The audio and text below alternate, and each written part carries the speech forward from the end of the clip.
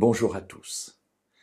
Terminons aujourd'hui notre réflexion sur ce que Paul nous dit dans la lettre aux Éphésiens au chapitre 6 et à partir du verset 10, sur les armes que Dieu nous propose pour lutter contre les attaques de l'ennemi, contre les attaques de cet ennemi qui est défini de manière très claire, le diable.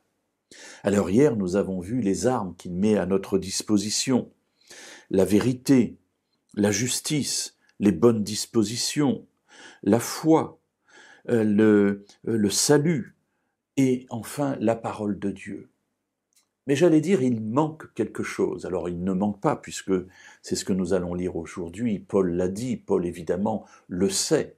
Mais dans notre réflexion, effectivement, il manque encore quelque chose. Lisons le verset 18 de ce chapitre 6 de la lettre de Paul aux Éphésiens.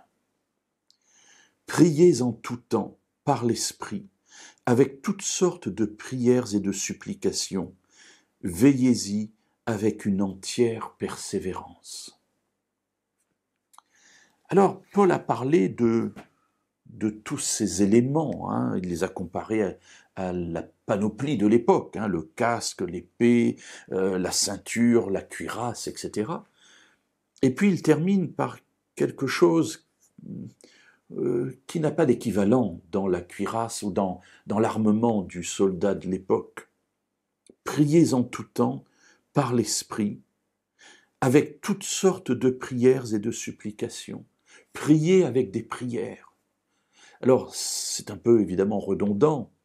Je pense que Paul veut ici montrer combien il est important de pouvoir nous approcher de Dieu et de lui présenter avec simplicité ce que nous sommes, ce que nous avons sur le cœur, la réalité de nos luttes, de nos espérances, de nos attentes, de notre intercession pour les autres. Alors Paul dit priez avec des prières, c'est-à-dire oui, ne vous arrêtez pas, faites toutes sortes de prières, et il y ajoute les supplications, c'est-à-dire une prière insistante. C'est pas simplement entre le moment où je sors du travail et le moment où je prends le bus, une petite prière. Bien sûr, mes amis, je peux prier en tout temps, y compris quand j'attends le bus. Mais si c'est la seule prière de ma journée, ça peut me poser un problème. Et Paul me dit non, il faut que je sois persévérant. Il faut que j'insiste, non pas pour faire plier Dieu. Dieu n'a pas besoin de cela. Mais pour que peu à peu je prenne moi-même conscience de la nécessité de cette transformation ou de l'obtention de ce pourquoi je prie, que je montre ainsi à Dieu, que je comprends, que je compatis aux souffrances de ceux qui m'entourent lorsque j'intercède pour eux. Veillez-y avec une entière persévérance, dit-il.